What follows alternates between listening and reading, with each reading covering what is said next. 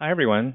Rich Chen, San Francisco Department of the Environment, part of the Climate and Green Building team there, and happy to be here and facilitating a conversation with two panelists here, Keith O'Hara, President of Eco Performance Builders, and Todd Bell, Senior Energy Analyst with Frontier Energy and representing the Food Service Technology Center.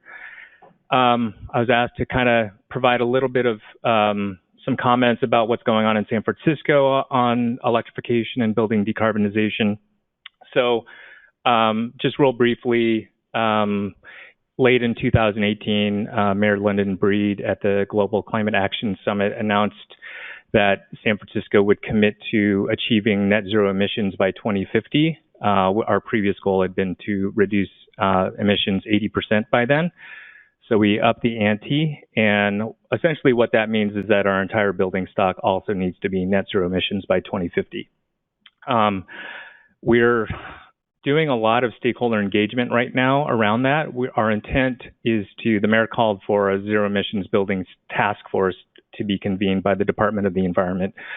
So we are doing that now. We have 4 working groups looking at existing commercial buildings, existing residential buildings, new construction, and our existing municipal buildings as well to understand what all the challenges and opportunities are and things where we need to bring resources to sort of get on track to achieve this vision.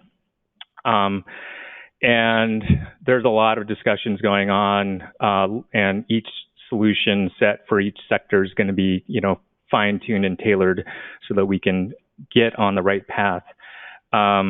Buildings account for almost 50% of our total emissions. The other big portion is from transportation. And of the building stock, 80% of our emissions are essentially resulting from the combustion of natural gas to heat and provide water heating for our building stock. So a lot of this effort is to really kind of understand how to get towards building electrification. We started with new buildings and like many other jurisdictions passed an electric preferred REACH code. We're looking forward to the full resolution of high-rise multifamily and central heat pump water heating. And the supervisor who introduced that ordinance wanted to go beyond just electric preferred. So the new construction working group that we're convening right now is trying to understand how to get to more of a all-electric requirement for all new construction. And an ordinance will be introduced hopefully in April that is kind of a plan to have an ordinance and an implementation pathway that stakeholders have sort of bought into. So those conversations are happening now. Obviously, affordability, particularly in housing, is also a critical issue in San Francisco and the whole state. So we've worked closely with the Mayor's Office of Housing. We had a technical forum about a year ago where we saw some of those early projects, especially in the affordable housing sector, that were already voluntarily pursuing all electric designs. What we heard from those developers were that this is the future. They wanted to have the resilience benefits and the health benefits available to their residents. The first cost was coming in cost neutral or potentially saving money. And all of those things aligned with the mission of the affordable housing providers that were doing these projects in San Francisco. We think that it's really important to have those projects share data as much as possible, getting at some of the other questions about just making sure that the market understands the realities of, especially from these early adopters. And there were some really great presentations. All the presentations earlier were fantastic. I guess with the panel that we have now, it's kind of taking it down a little bit to sort of the kitchen table level, if you will. Keith has been doing residential retrofits. He's only installing heat pump for heating and cooling in all of his projects now. And cooking keeps coming up as kind of a interesting issue that we still have to navigate. cultural issues, just business issues, whether it makes sense to focus on the big greenhouse gas emission reduction opportunities with heating and water heating, or balancing that with kind of the bigger picture of the gas system as a whole and trying to really trim the infrastructure that's being provided either in existing buildings or in new developments. So I'm looking forward to hearing from each of them. And then the last thing is San Francisco, in order to really start engaging with the wider population around what we're trying to do, did host a SF Energy Fair last week. It was held in Golden Gate Park. The mayor came and did an induction cooking demonstration in front of a couple hundred people. She cooked a really nice piece of salmon in front of everyone. And we had over 400 people attend. We had 27 or more than that exhibitors, including a lot of heat pump manufacturers. We had 6 educational sessions, and it was a really big success by, from where we saw the event. We hope to do more of those, and it just seems like there's, between the new rebates that are coming out, the contractors that are getting engaged, actual residents showing demand for learning about these technologies, it seems like we are kind of turning a corner a little bit in terms of just people understanding what we're talking about here. So with that, I'm going to turn it over to Keith. I'm Keith. I'm I don't know if you can see it. I'm a contractor in the East Bay, Concord. And my background is being a carpenter, foundation, framing, finished carpentry on high-end homes through college and after college. And then kind of found out that a lot of the people, the subcontractors that were working on the buildings as well, didn't have as much care in the systems that they were putting in. So I started getting into mechanical systems and then obviously insulation systems and things like that. And then basically just been fixing homes to make them perform better for the last 10 years with my company. And this is from our little Christmas party. And these are my personal heroes that live in attics and crawl spaces and fix all of these homes and put in these heat pumps and have some of the most grueling jobs that you've seen. It's too bad Mike Rowe's not still in business, but you should come check out some of these crawl spaces. Wrong way. So we're here to talk about heat pumps. They asked me to present basically on what it is we see every day when we go look at homes. How is it processed? How do we get through it? How do we make a home all electric? I've always really loved heat pumps. I think heat pumps are awesome. They've almost always been my favorite solution, except on really large base load, electrical load homes, where we did like a hydronic system. But one of the main reasons we really like them is because the heat rise output was really low. So we don't end up with all this really stupid buoyant air in homes and have really a lot of cycling in systems. And we would always try to sell them and tell people what's the best option. This is before heat pumps were cool. And they would go on the internet, and the internet told them that heat pumps were bad. But now apparently the internet likes them again. So we're able to sell them, and that's basically all we do is heat pumps. And the other thing that's awesome about them now is they're really small. The capacity is really small for our low load California homes. So instead of these giant furnaces, our average furnace that we take out is between 80 and 100,000 BTUs. That's output of heat energy. And the average heat pump that we install is between 12 and 18,000 BTUs. So, and the smallest furnace we could buy before that was not in that range. So we really, really like them. And we're happy that the internet's also happy with them. But yeah, basically we mainly use ducted systems, but we do put in some ductless, which I'm sure you're all familiar with both these options. In my opinion, we get the best performance out of ducted systems for comfort and overall energy usage if it's done right. And that's based on a lot of data that I've collected. So that's the outdoor components. You guys are familiar with all this, right? They're pretty small. That's a heat pump water heater, outdoor and a indoor air handler. One of the things we have with our HVAC industry, I came as a carpenter, builder. So we look at things with quality. If you look at the crown molding that I was putting in a long time ago, you could tell it's a really good job. You can put in the cabinetry, it's a really good job. You look at this wall that my guys insulated, can you tell it's a really good job? Like, yeah, right? It's very intuitive. The HVAC industry and the HVAC world, our mechanical systems are not that intuitive. You can look at them, they can look awesome, and you can't tell anything about it. I put in the ugliest systems you've ever seen, and they perform really well. Meanwhile, some of the best systems, we take them out and we recycle them. So it's pretty weird. We have to measure things, and as an industry, the HVAC industry is not really fantastic at doing that, even though there's lots of codes and regulations. And this is a graph that I really, really like. CEC funded my friend Rick Chitwood to go test 80 homes to see actual delivered performance in homes. This was in 2010. These are all new homes. Code, HERS rated, everything. So in California, in the average, on design conditions, the average output capacity delivered, so the boxes that were in the attic or wherever they were made so much energy, right? And the average that actually got into the homes was 48%. So does that sound really good?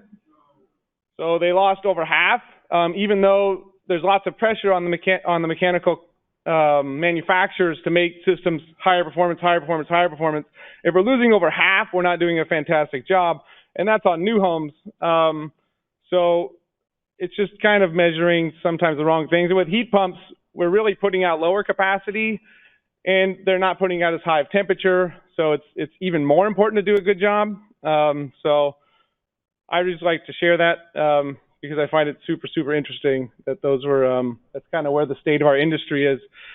This is my brother, and he caught this fish, but we didn't have a scale on the boat, so we don't really know, but he can't prove that his fish was bigger than mine. So it's one of the more evidences that we need to measure things, and I just really like that picture. So what we do to measure things, when we put in these heat pumps, right, we want to measure capacity. So we use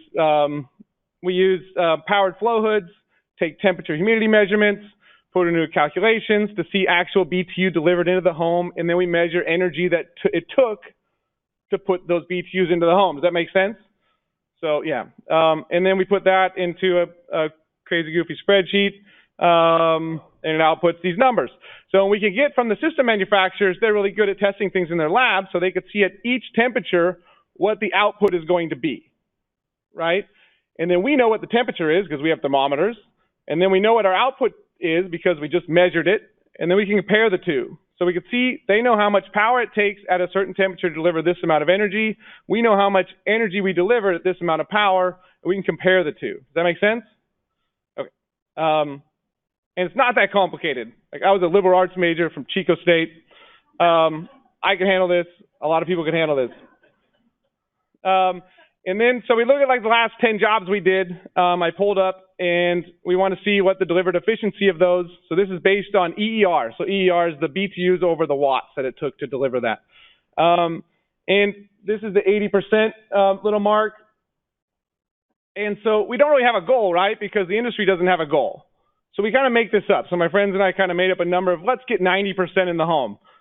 Completely made up over beers, because the state doesn't have any mandatory for this, and no manufacturer does or anything like that. So we just start measuring it, right? We average, like the last 10 jobs we looked at, it's like 84 or something. We have no idea if that's really good. We just know it's better than 48. So, and if you look at it, these are attic systems all in green, and these are Crawlspace systems all in brown. So one of the interesting things about HVAC and doing retrofits is we put heat pumps and other things in really stupid places, such as attics and crawl spaces, right? So if you're in your home, where is your system? Is it in another place besides one of those two? Most likely not, maybe the garage, but all of the distribution, the ducts, are in one of those stupid places.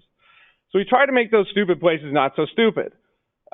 Where we, in the attic situation, we would make the ducts really short and the crawl space short, have zero duct leakage, and then bury them in insulation if they're in the attic, and seal the crawl space up if it's in the crawl space. So that way the crawl space never gets below 60 degrees. In the attic system, the distribution is all buried in a bunch of cellulose, which works out pretty well, and it keeps a lot of this energy in. So if you did this without doing those things, you would see these numbers plummet. Does that make sense? All right. And also, while we're dealing with these homes, right, we don't want to just leave them without attic insulation anyway, without air sealing it. So we're in there, we put all of those things in, which makes our systems be able to be much smaller, which requires a much less power. So here's an example of a home, traditional kind of home we look at. This is in Oakland, and the resident, she said, I'm not comfortable. And basically, at the end of the day, we recommended a heat pump and did this work.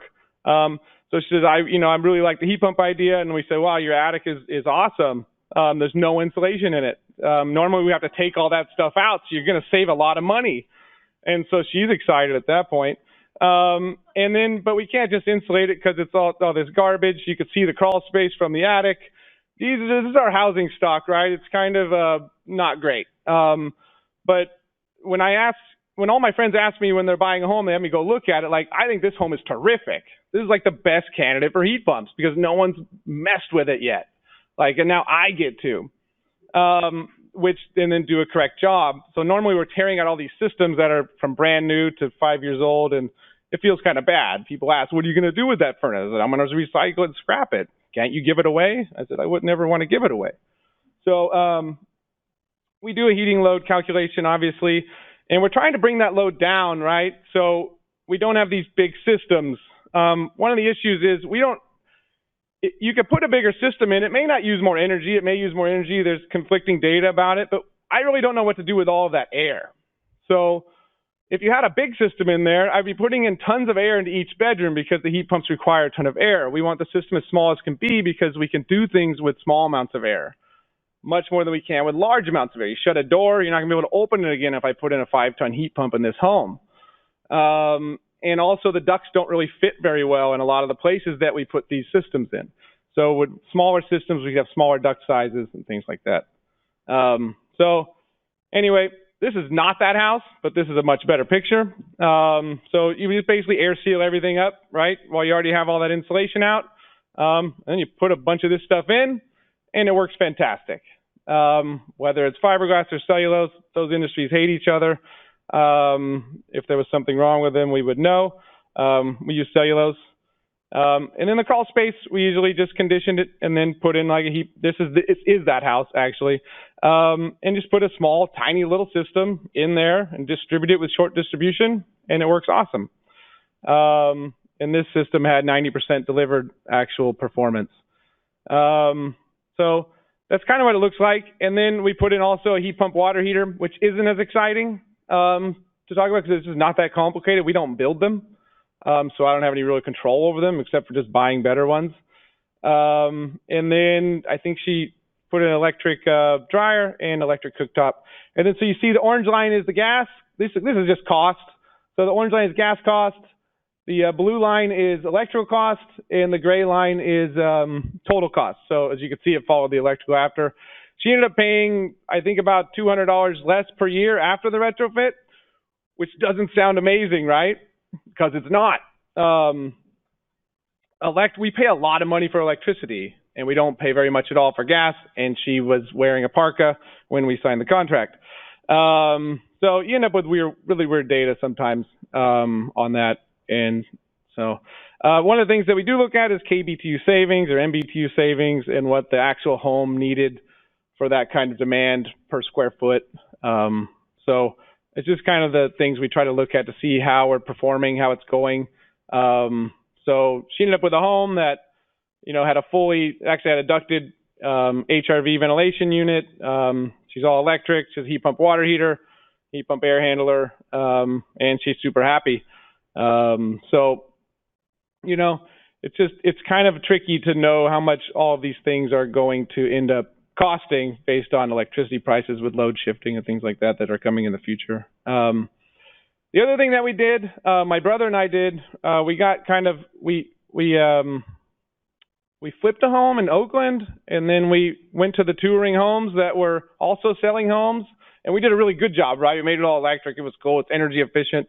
And at the time, everyone was saying their home was energy efficient. Everyone had a lead stamp or something, but they were all goofy.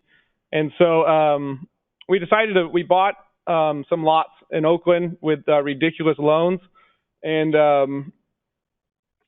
so we decided to build 3 all-electric homes And then instead of using all the certifications and stamps and things like that, we kind of just said, we'll build these homes all electric and we'll sell them and we'll say, if you have a bill, we'll pay it, which seemed kind of weird at the time. And so that's kind of what we did. We just said, here you go, fully ventilated homes that are all electric with heat pumps. And we've been monitoring all the circuits for 5 years. And they, you know, they get money back every year because they didn't use as much energy as we produced because we put some PV on the roof. While I said I'd pay the bills if they had any, they didn't give me any of the money they got. So if I ever do this again, I'll definitely make that a caveat. And so we put in 6 kW of PV, which was based on these models we used, right? Which you guys are all familiar with the models, which are super inaccurate. So we put in too much. So we could have put in about half and still had 0 bills. But, you know, we didn't know that until we did it. And so we circuit monitored every single circuit in each home to know exactly what they're using at every time and to get a lot of data on figuring out what these homes can do. And all these homes are super simple. Like, this is a 16 SEER heat pump from Goodman, and all cellulose walls, all cellulose attic, no foam, just very, very simple as far as the mechanical and insulation systems, just done kind of well. And these homes are crazy comfortable. When we data logged them with temperature readings in every room, they were within 1 degree. And so they work really well. And so a lot of this stuff, I guess my base is, it's not hard to do a lot of this stuff, but one of the issues that I see in the field in HVAC world, now that I'm in that field, is that we just don't measure a lot of things and we don't know how things are performing. And I see a lot of rush to just let's electrify everything and just put in heat pumps. We don't care what else happens, leave the existing ductwork in these really stupid places and all these weird things. We've done 425 retrofits in the Bay Area, and I've left 3 duct systems in. And it's not because we make a lot of money on ducts. Our lowest profit margin service that we do, which I also analyze, is duct work. And it is like the hardest thing we do is we make them not leak at all, right? And we make them perform really well with hard 90s at every turn and all of that. So it's not because I really want to do it. It's just because we will end up with really bad results if we don't. But, you know, most of the industry is measuring results with this guy, right? So if this rings, bad job. If it doesn't, booyah, killed it. So a lot of our industry has kind of collapsed with that idea. And I think it'd just be, if you're thinking about doing these things, or you're looking at projects, if you're designing projects or recommending them, just try to look at those basic concepts. I think is really important, and that heat pumps are terrific.